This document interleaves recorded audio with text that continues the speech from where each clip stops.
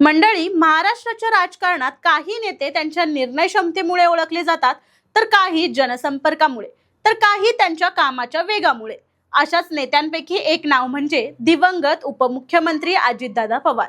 बारामतीपासून मंत्रालयापर्यंत, जिल्हा परिषदांपासून राज्याच्या अर्थसंकल्पापर्यंत प्रशासनावर मजबूत पकड, झपाट्याने निर्णय घेण्याची शैली आणि विकास कामावर असलेला भर यामुळे अजितदादांनी महाराष्ट्राच्या राजकारणात एक वेगळी ओळख निर्माण केली होती. आज अजित पवार यांची जयंती आहे. मात्र यंदाची जयंती हा केवळ स्मरणाचा दिवस नाही, तर त्यांच्या कुटुंबासाठी, कार्यकर्त्यांसाठी आणि समर्थकांसाठी भावनांनी भरलेला दिवस आहे. आज राज्यभर राष्ट्रवादी काँग्रेसकडून विविध कार्यक्रमाचं आयोजन करण्यात आलं आहे. पण बारामतीत घडलेले काही क्षण अनेकांना भावुक करून गेले. अजित पवार यांनी आपल्या राजकीय कारकिर्दीत स्थानिक स्वराज्य संस्थांपासून राज्याच्या सर्वोच्च सत्ता केंद्रांपर्यंत महत्त्वाची जबाबदारी सांभाळली. ते अनेक वेळा आमदार म्हणून निवडून आले. महाराष्ट्राचे उपमुख्यमंत्री म्हणून त्यांनी काम पाहिलं.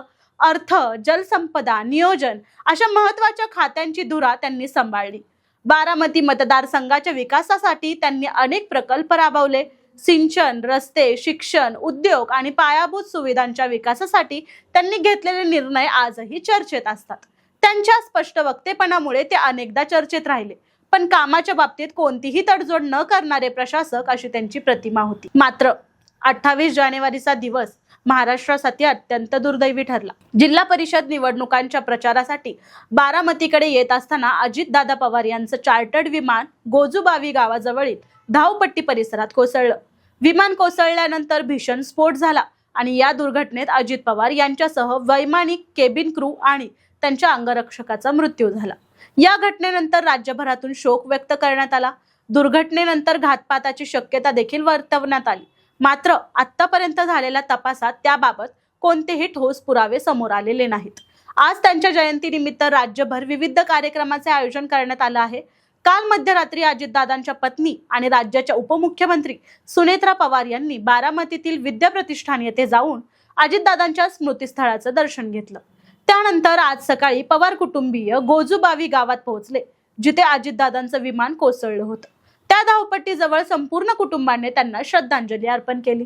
यावेळी सुनेत्रा पवार, पार्थ पवार, जय पवार, ऋतुजा पाटील आणि विजया पाटील उपस्थित होते. सर्वांनी फुलं अर्पण करून अजितदादांच्या आठवणींना अभिवादन केलं. या ठिकाणी वातावरण अत्यंत भावनिक झालेलं पाहायला मिळालं. विशेष म्हणजे सुनेत्रा पवार यांच्या चेहऱ्यावर भाव अनेकांच्या नजरेत भरला. त्यांच्या डोळ्यांतील अश्रू आणि चेहऱ्यावरचं दुःख हे अजितदादांच्या आठवणी आजही किती जिवंत आहेत याची जाणीव करून देत होते.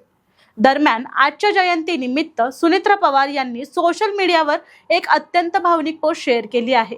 त्या आपल्या पोस्टमध्ये लिहितात, दादा, एवढी वर्ष तुमचा जन्मदिवस मी आनंदाने, उत्साहाने आणि अभिमानाने साजरा केला. घर आनंदात असायचं, शुभेच्छांचा वर्षाव व्हायचा. पण आज त्याच दिवसाला जयंती म्हणून स्वीकारताना मन आतून तुटून जातंय. त्यापुढे म्हणतात, आयुष्याच्या प्रत्येक वळणावर तुम्ही माझी सर्वात मोठी ताकद होता. तुमचा भक्कम आधार, कठीण प्रसंगी दिलेला धीर आणि कायमची साथ हे सगळं एका क्षणात हरवलं. काळाने माझ्या आयुष्यातील सर्वात मोठा आधार इतक्या लवकर हिरावून नेईल असं कधी वाटलं नव्हतं.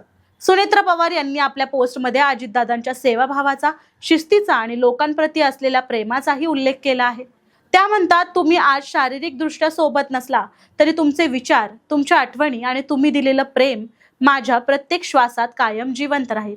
पोस्टच्या शेवटी त्यांनी आपल्या आयुष्याच्या साथीदाराला भावपूर्ण आणि आदरपूर्वक प्रणाम अर्पण केले आहेत. आज अजितदादा पवार या नावाची आठवण फक्त एका राजकारण्याची नाही, तर एका अशा नेत्याची आहे ज्यांनी महाराष्ट्राच्या राजकारणात स्वतःचा एक वेगळा ठसा उमटवला. आज त्यांच्या जयंतीनिमित्त राज्यभरातून त्यांना अभिवादन केलं जात आहे. तर बारामतीत कुटुंबियांनी दिलेली भावनिक श्रद्धांजली आणि सुनेत्रा पवार यांनी व्यक्त केलेल्या भावना अनेकांच्या डोळ्यात अश्रू आणणाऱ्या ठरत आहेत. अजितदादांच्या आठवणी आजही त्यांच्या कुटुंबासाठी, कार्यकर्त्यासाठी आणि हजारो समर्थकांसाठी तितक्याच जिवंत आहेत.